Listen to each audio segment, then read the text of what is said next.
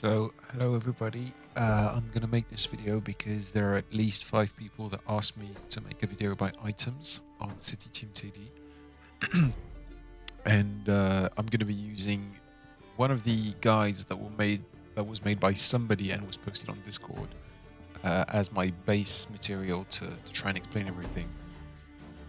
I won't have the precise information on what boss or what wave drops what, so you're gonna have to look that up afterwards, I think.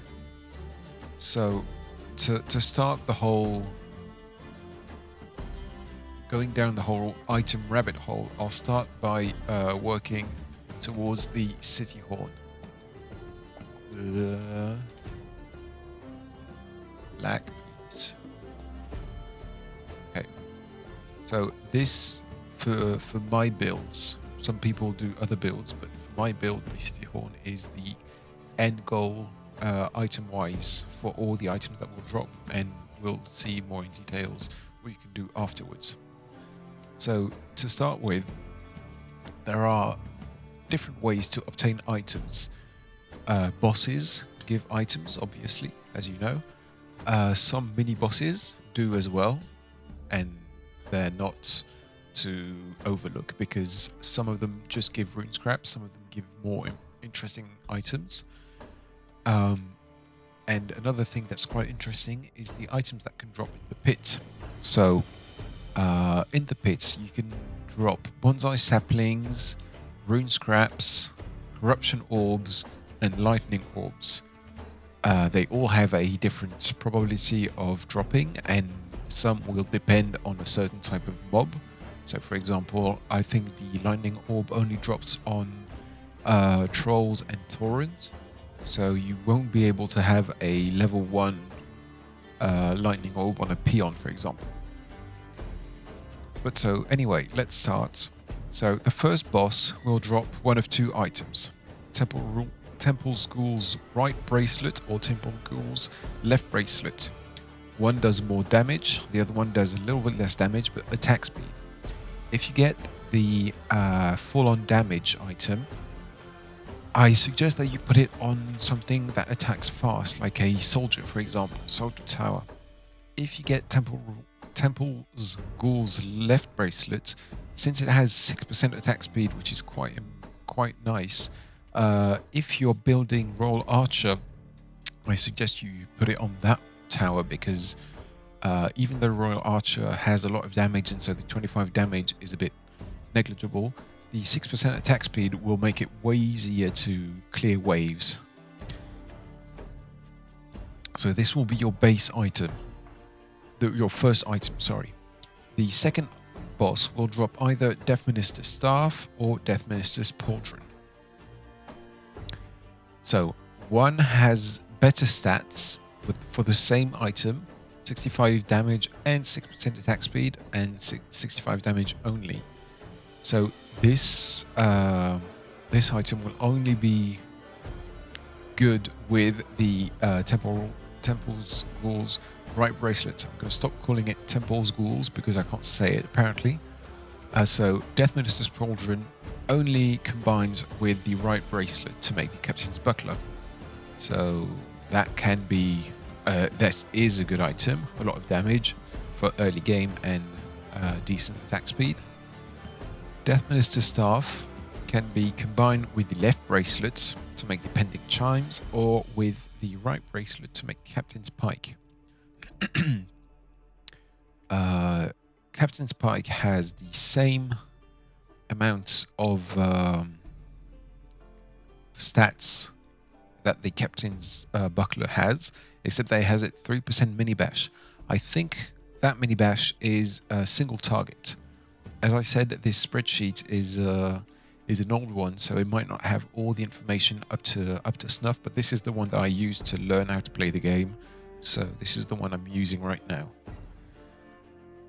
So 3% mini bash means that there's a 3% chance to affect the target with a mini stun, which effectively slows them a bit. So Captain's Pike is a nice item to have on single target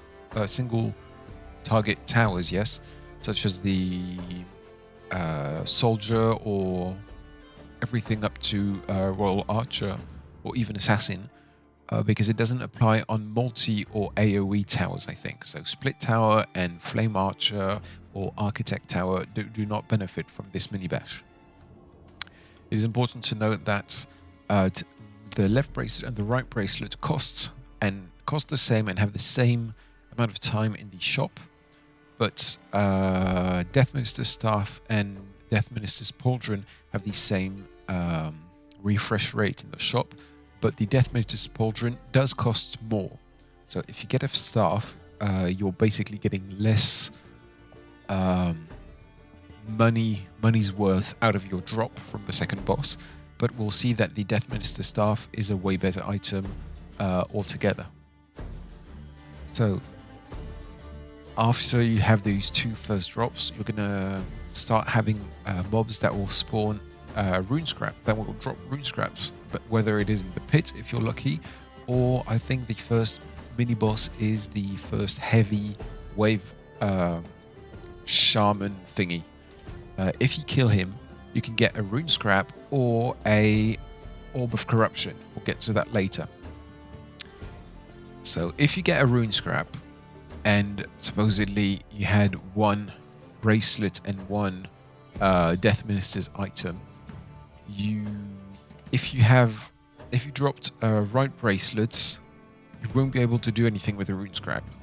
If you had the luck to drop a left bracelet and a staff, and you made the pending chimes, you can use that rune scrap to make the castle declaration. So pending chimes has a lot of attack speed, which is quite nice, but if you use the rune scrap on it, you'll lose some of that attack speed for the tower that's wearing it, and give it, as you can see, 5% aura attack speed. Give that attack speed to towers near the one that's carrying the item. As you upgrade the castle decoration, the aura will spread more and more to further away towers, but at the beginning it only spreads to the 4 towers next to it. So if this is your tower, it's spread here, here, here, and here.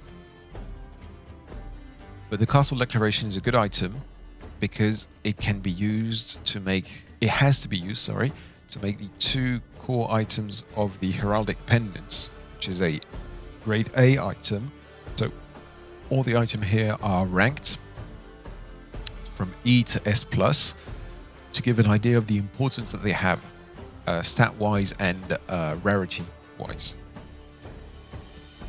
So you'll use the castle decoration to make either the city flag by just combining it with a simple rune scrap, which is a fast way to get a good C tier item, because you only need, if you got lucky and got the left bracelet and the Death Minister staff, you only need 2 runes to have a C tier item. So that goes quite fast. But the city flag benefits is very beneficial to the other towers surrounding the one carrying it. It does have 225 damage and 15% attack speed for the tower carrying it, but it also has 8% aura attack speed for the towers around it. If you did not get lucky or buy these items, these 2 items here in the shop, you probably have a mix of these. So either Captain's Buckler or Captain's Pike. And if you're really unlucky, you can get the Temple Ghoul's left bracelet with a Death Minister's pauldron, which makes it uncombinable except if you buy something. So if you'd have that, I suggest you buy a Death Minister staff, because as I said, with 2 simple rune scraps, you can have a C tier item. So 2 rune scraps on your pending chimes gives you the city flag. You are probably going to need to buy a second pending chime, and if you wait, you'll have the rune scrap later on, and if you're impatient, you can buy it in the shop.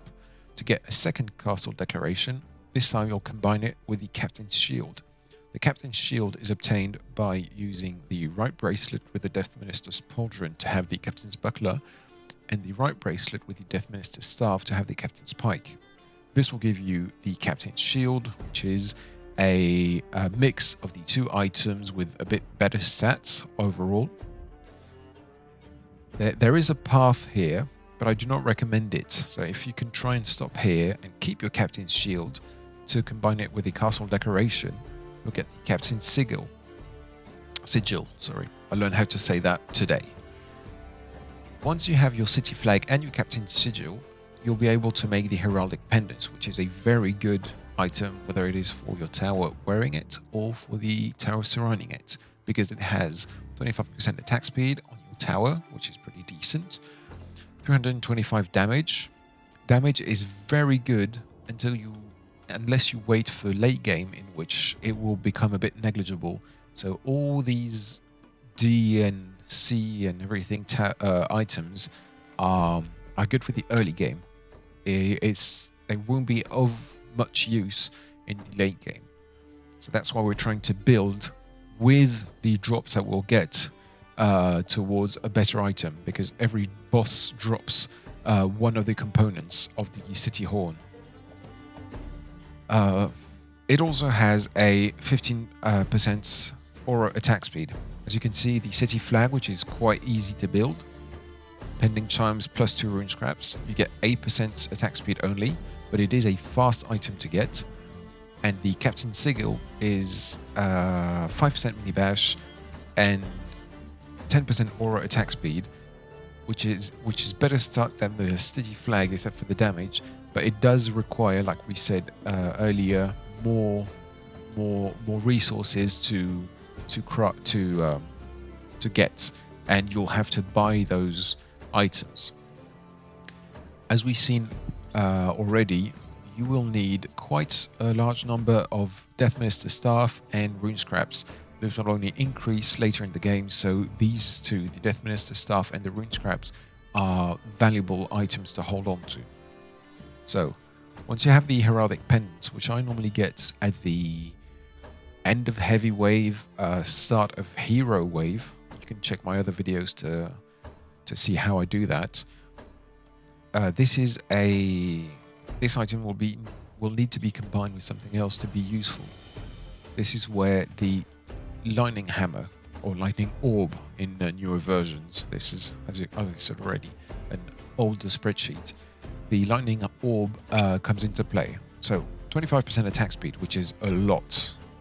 This is a droppable or purchasable, buyable item. And if we compare it, so it's grade C, if we compare it to the other grade Cs, it has 25% attack speed compared to 15% on the tower. It has very low damage compared to the 225 and 125, but it does do a bit of AoE, and this AoE will be amplified later on. The Blood Raver's Sword is the siege siege boss, that will drop this item. It just does flat 125 damage, but combined with the lightning hammer that you can buy for 1,750. Oh, I don't even remember.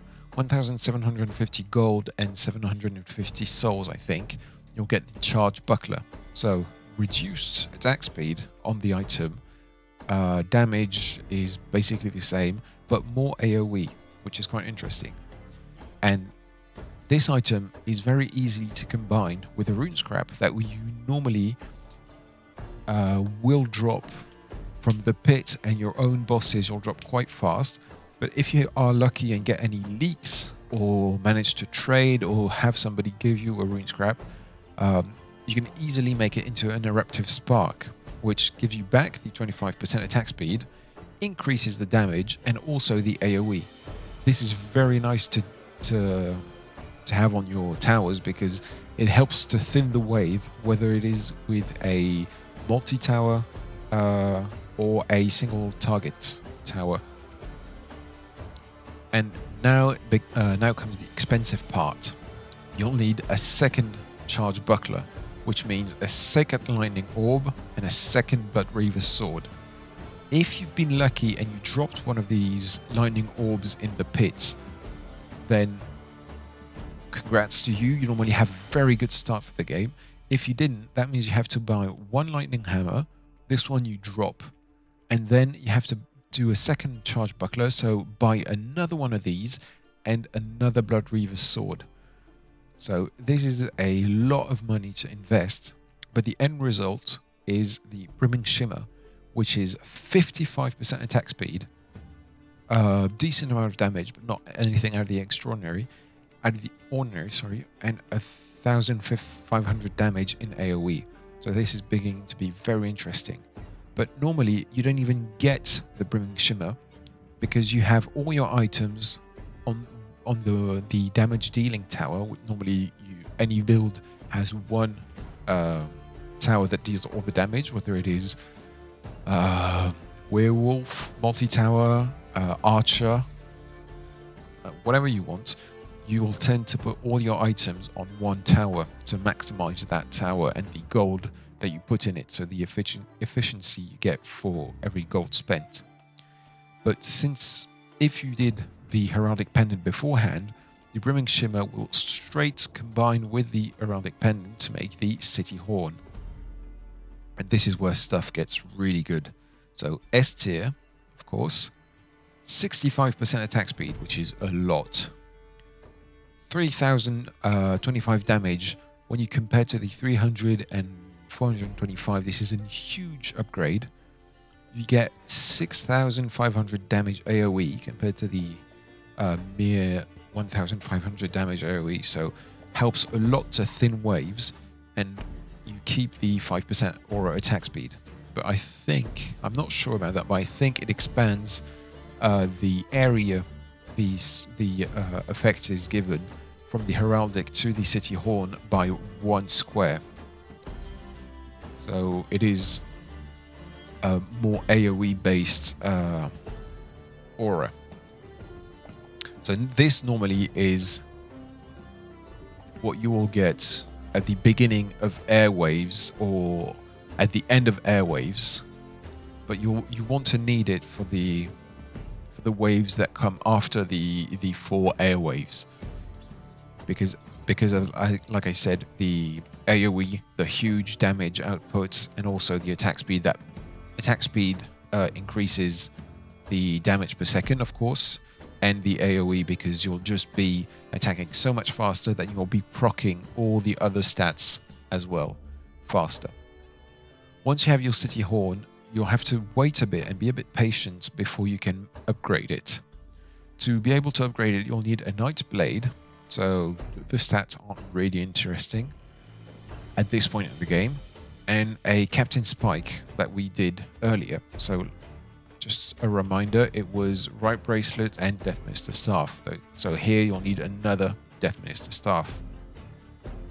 This will combine into a Twisted Dagger, so attack speed and damage. Okay, sure. We lost the Mini Bash, and to regain the Mini Bash, you want to combine it straight away with a Rune Scrap to have the Bloody Key. Even more attack speed, a bit more damage, but 425 won't be that important in the late game where you normally get this item, and a 5% Mini Bash. So this 5% Mini Bash, I think, is not single target damage, single target Mini Bash. So on a multi-tower, split tower, you will proc the 5% Mini Bash on all shots, and I think Cage Hatred is like 8 shots, 8 units hit by 1 shot. So you'll proc 8 times the 5% Mini Bash. So it's quite interesting to have to get your Bloody Key and put it on your multi-tower as soon as possible. I forgot to mention, but the Knight's Blade is an item that will be dropped by the 3 knights. It's 3 consecutive bosses that all drop the Knight's Blade, and you can use it directly to make your Twisted Dagger, but there is another use I will come back to later. You're basically going to be stuck with your Bloody Key for a lot of waves, but you'll still benefit from the 5% Mini Bash on several targets, so it's not too bad of a trade. And you'll have to wait for the Death Cart boss. When this boss dies, it gives 2 Death Cart guns, so the item in itself just gives a shit ton of damage. But like I said, that late in the game, since it's in the boss waves, 250 damage won't be that consequential. But you can use it to combine with your bloody key to make the Shaman's Claw. Same thing, this item is very temporary. 75% attack speed, very good. Damage, AoE, quite nice. But you'll combine it nearly straight away with your City Horn to make the best item in the game, the Omnipotent Singularity. You go from 75% attack speed to 255% attack speed, which is enormous. More than the added damage from the two items to get 10,000 something damage, a shit ton of AoE damage, which is a bit pointless because you won't have many multi-target scenarios in the boss waves except for boss that spawn several units, and the 50% aura attack speed gets bumped to a 20% aura attack speed. So this is a very good item. So, as I said, you get two Death Cart's gun, sorry. So you can theoretically make two City Horns if that's the gameplay that you like. But as I already said previously, making a City Horn and with a bloody key, you will need 1, 2, a second one of those, so 3, and 4 Death Minister staffs. And rune wise, I'm not even going to count because it's just a lot of runes.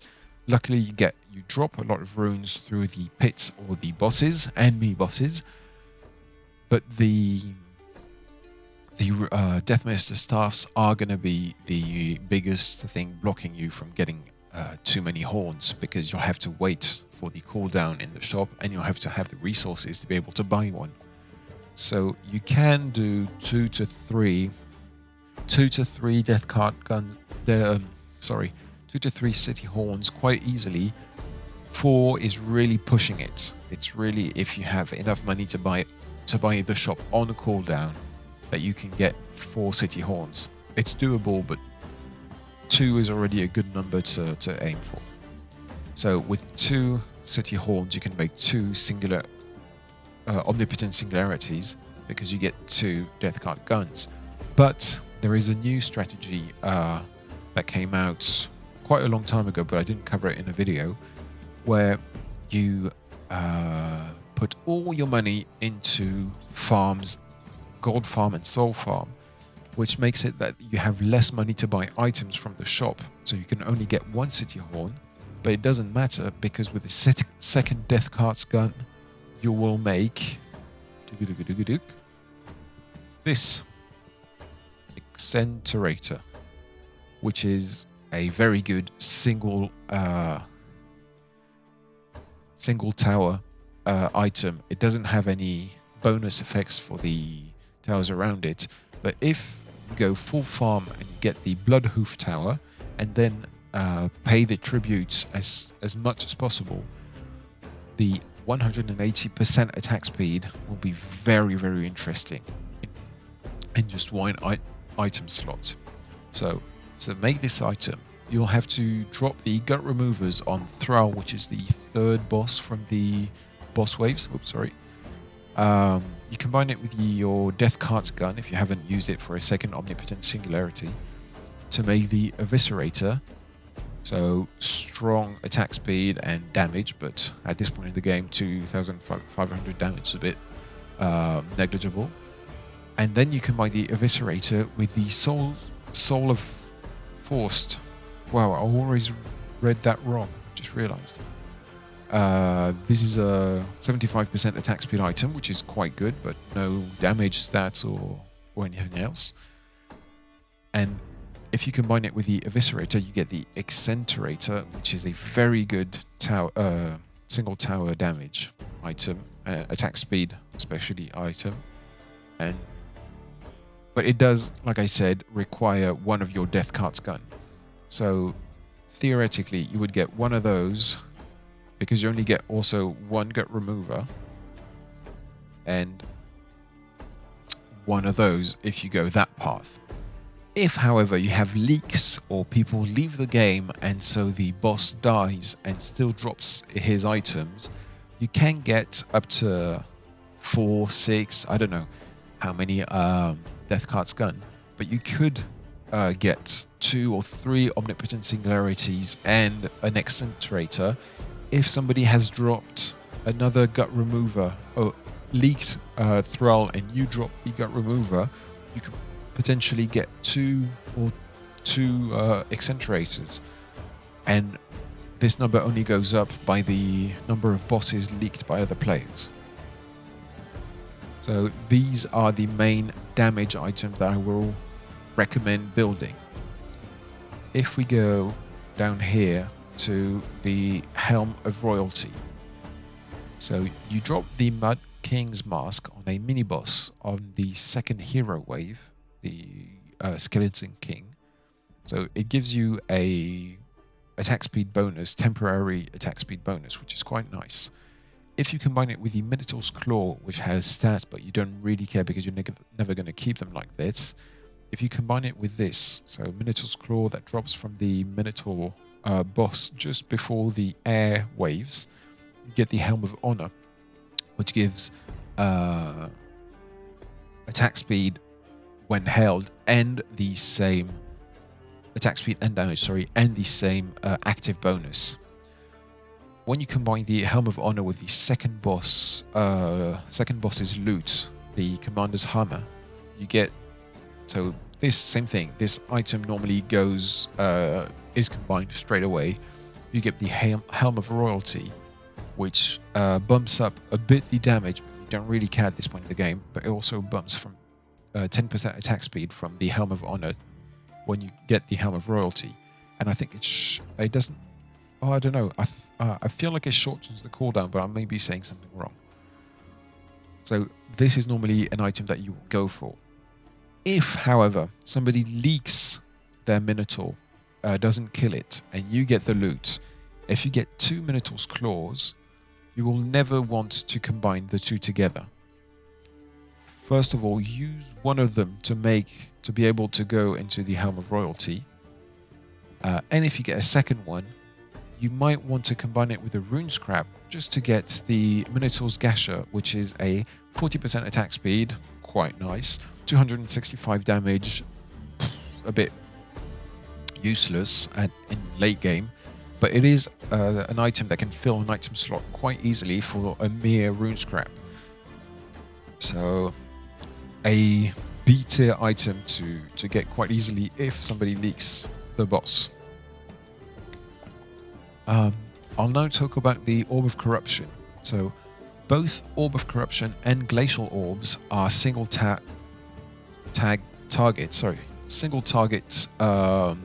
items only, which means that if you put one of your orbs on a splitter tower, it won't attack the X number of units it's supposed to. It will only attack one of them because of this item. So be very careful not to put the orbs on a splitter, architect, or AoE tower, such as Flame. Try and put them on, I don't know, Royal Soldiers, Royal Archers, something that you know is only going to attack once. A Demonic Tower is quite nice as well. So the Orb of Corruption can be dropped in the pits if you're lucky, or you have the Shaman Doctor something, I forgot the name. The mini boss of the first heavy wave will have a chance to drop a Rune Scrap or the Orb of Corruption. If you're lucky enough to get the Orb of Corruption, you have the only item in the game that allows you to get armor reduction. So you quickly combine it with a Rune Scrap as soon as you can. You don't really have to do it because Rune Scraps, like we've seen up until now, are necessary for a lot of different items. So except if you have a Rune Scrap to spare, you can make this, you don't have to combine it, but when you do, when you can, combine it to make the Horn of Corruption. Same thing for the Deathmaster stuff. Here you'll need yet another one and another Rune Scrap to make the Decaying Rod. So this item is really a late game item, not because it's interesting, but because it's not very useful to have it early game. As we can see, the Horn of Magi, which is the Decaying Rod, and the Horn of Corruption combined, only gives 10% attack speed, 225 damage, and minus 7 defense to the enemy. So it doesn't look very good, but minus 7 defense is minus 7 armor is quite interesting when you have a lot of towers attacking one boss in particular. Of course, we can think about the sheep, which will, where the more DPS you do, the better rank you'll have, but it will also help with any other boss in the late stages of the game, because all your tower are just going to hit harder because of that. I don't know quite how armor works on the units, but I know that the Horn of Magi and the armor reduction aura are very interesting to have, just so everything hits harder. So Horn of Magi is not guaranteed item. When you have it, it is very interesting to get from your Orb of Corruption. Spend your resources accordingly to what drops you'll have. Something that I like to do is, if I drop one in the pit and then my Witch Doctor also drops one on the first heavy wave, I tend to ask people if they want to trade an Orb of Corruption for something that I need. Normally it's a rune scrap, because I need a lot of them. And since it's not a buyable item, most people will want this in their build. And since it's City Team TD, don't be afraid to ask your team if they want to trade, if you want to give them to them, if they want to buy it, whatever. Don't be afraid to play co-op instead of solo. Another item that will depend on your drops is the Scepter of Supremacy. So this item here will depend on the drops of the Queen's Scepter. You will need 2 Queen Scepter level 1 to make 1 Queen Scepter level 2, 2 more to make a level 2, and from those level 2s you'll be able to make a level 3.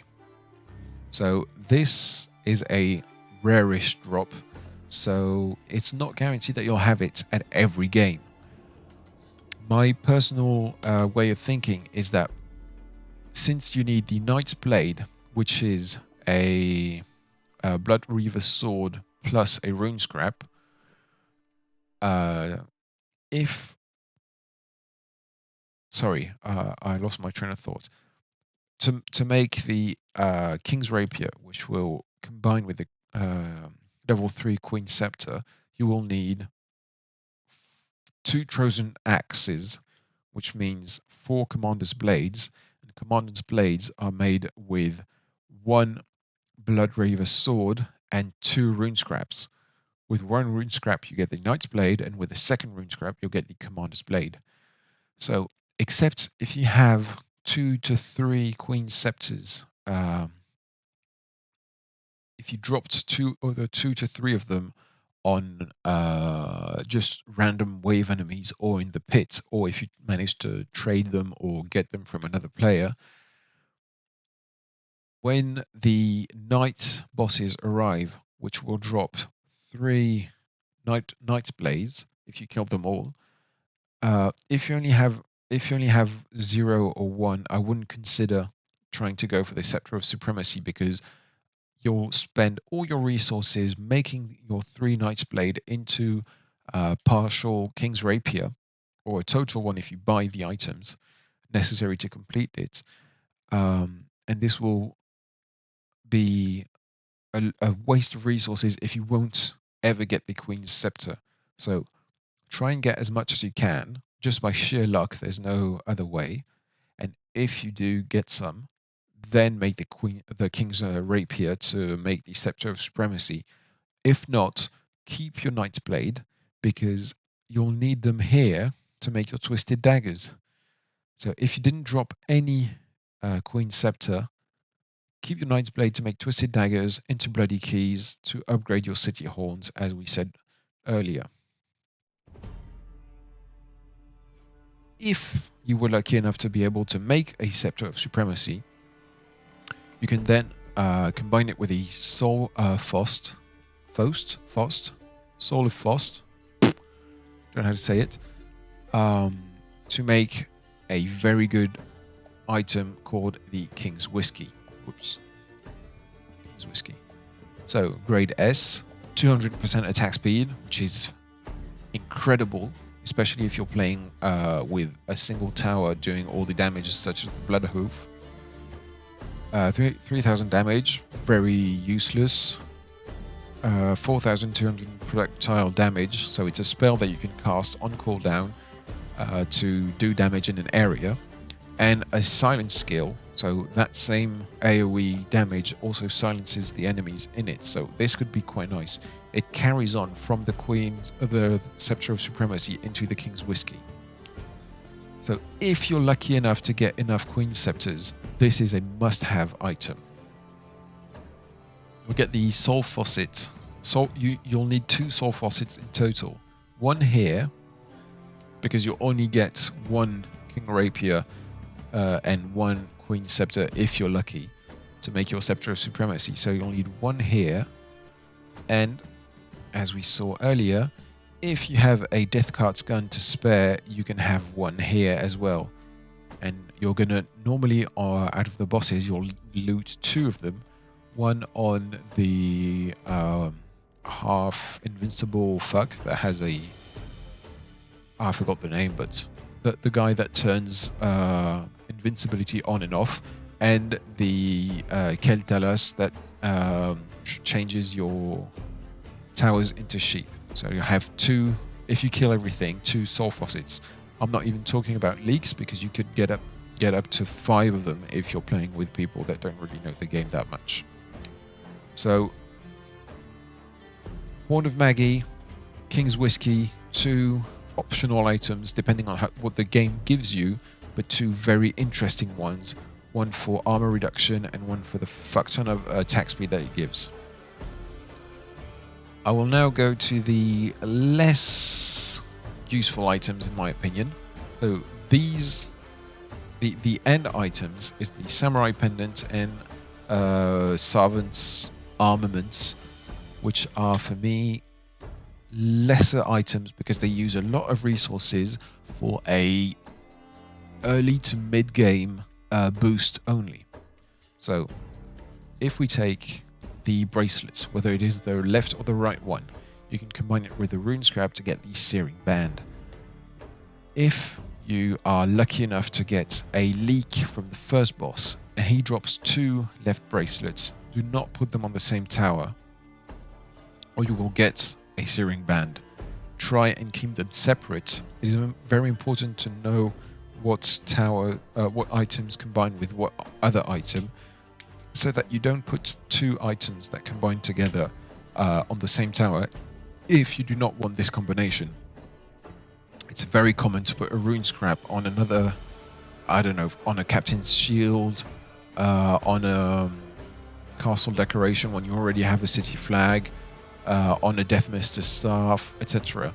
Try to be mindful of what item combines with what and what's your end goal, so that you don't repeat items or make items that you do not want.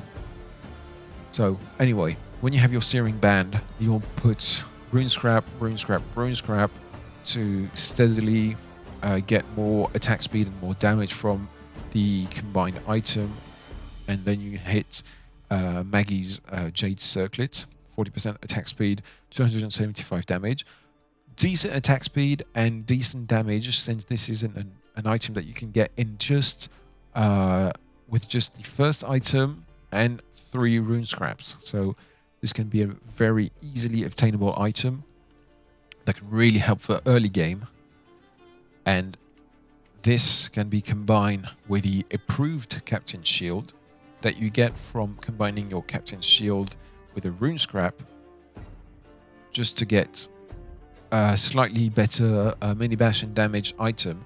And if you combine those 2 together, you get Savant's Armaments, which is 25% attack speed, 725 damage, and 8% mini bash. This is the end item, so it won't get any better than this. It is only grade B to the max, and it does consume a lot of resources, as we saw. But since it's a easily obtainable item, if you're not going to use all your rune scraps, as I've seen people do before, Maggie's Jade Circlet can be an option. I wouldn't recommend going all the way to Savant's Armaments because the Captain's Shield consumes a lot of resources, as we saw here, with all this. And most of them you're going to have to buy if you didn't loot them correctly. Just for the first item, for example, you're going to need one of the bracelets here and 2 more here just to make your Captain's Shield. So that's a lot of resources dumped into one B tier item. The other less good but still used item is the Samurai's Pendant. So to get that, you'll have to drop a bonsai sapling, which will only drop in the pit, whether it is from the crates or from the mobs. Combine your bonsai sapling with itself or with a simple rune scrap to have a spectral talisman. So this gives 50% attack speed for only 2 items, one that you drop for free, which is pretty good. You can combine it with the Captain's Pike to make the Samurai's Bow Staff, which is pretty decent for an early game item. If you're lucky, you won't have to pay for any of this with just a few drops, few lucky drops off the bosses and the mobs in the pit. If you combine it with a last rune scrap, you'll get the Samurai's Pendant. 50% attack speed, 4% mini bash, 325 damage, grade B, which is way inferior to the Savant's Armaments in terms of stat, even though it's in the same category, B for both. Very inferior, but it takes almost nothing to build, and you can drop with a bit of luck all of the components. 2 rune scraps, bonsai sapling that you have to drop, right bracelets you have 1 out of 2 chances, and Death Minister Staff 1 out of 2 chances. So if you need a bit of help in the early game, this can be a very fast and attainable item with decent stats on a single tower. So with all that said, we have covered all the items and the combinations and what you should look for. There are a few other drops from mobs that can be interesting. The I think it's called Help Package can be a very strong and game-changing item because it will contain a few consumable items, and it might contain grade D or E, D or C item. No, sorry, E or D items, and so you can end up with a extra Death Minister Staff that will just help you make that last city horn, for example, or another bloody key or something like that, and they start to drop at the airwaves, so always look for them to try and get them. They can also drop something very interesting, which is Queen Scepters. You could drop a level 1 or even level 2 Queen Scepters in one of those boxes, which if you drop a level 2, it will just make you have to get 2 more to be able to get the level 3 Queen Scepter, and that can be game changing. So always keep an eye out for that. Other interesting drops that can be looted in the pit or in the crate at the early start of the game is the Spitting Penguin. It has a relatively low attack speed with low magic damage, but if you get it before level 1 by breaking the crates, you can put it on your builder and start your wave sitting at the gate of the spawning gate, I guess, and this will insta-kill the first wave completely, which allows you to build more towers, upgrade your farms, or do whatever you want with your cash. There's also another droppable item, which is the Tome of Maggie, I think, Book of Maggie, whatever, and it has 240 spell damage. You can carry it on your builder or on your towers, and it has very fast attack speed rate.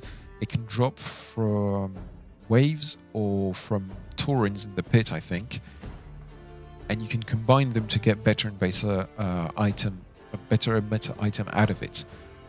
Once you combine 2 level 3 Maggie's Tomes, you get the Tower of Maggie, which is a peon-looking tower that does hero damage, similar to a glacial tower or something like that, with a proc that makes it attack very, very fast. So if ever you have items that will just give you simple damage, such as Gut Remover, Death Cart's Gun if you haven't used yours, or Commander's Armor. So that's an item that cannot be combined with anything, that is dropped from the Mountain King boss.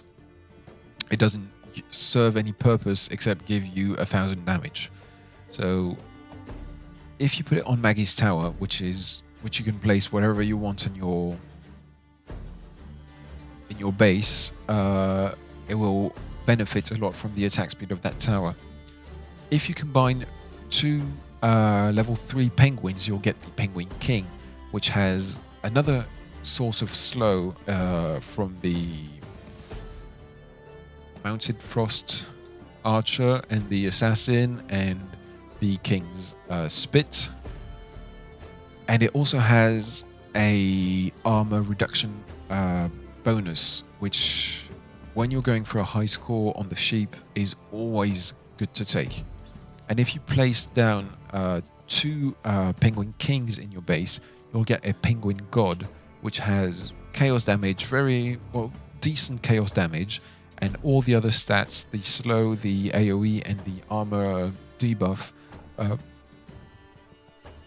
it's better than the Penguin God has all those stats better than the Penguin King has. So if you can gather as much penguins as you can, or if you don't have enough to make anything, don't be afraid to give them to other people, because they might help you in some way or another, because it is, after all, City Team TD, and most people play it as selfishly as possible, which is a bit of a shame. So with all this said, there are a lot of items, a lot of combinations, and a lot of possibilities. When you start a game, you'll never know what you'll drop in the pit. You'll never know if you'll get an Orb of Corruption, a Glacial Orb, a Queen's Scepter, a Penguin King, Penguin God, a Maggie's Tower, a random Lightning Orb in your pit that could be a game changer and allow you to put everything you have in farms, every money you have in farms, because you won't need to spend as much gold just to make your city horn to help you later in the game. Or you can still rush your city horn and have it 5 levels earlier than you normally would, which will help you clear your waves and soak up all the leaks from other players. Whatever you want, whatever it is, try and let the game surprise you with all it has to offer. And don't forget, this is City Team TD. Very complex game with a lot of stuff going on, but also other people playing. So try and play with them instead of competing with them for the same gain. I hope this answered all the questions. Probably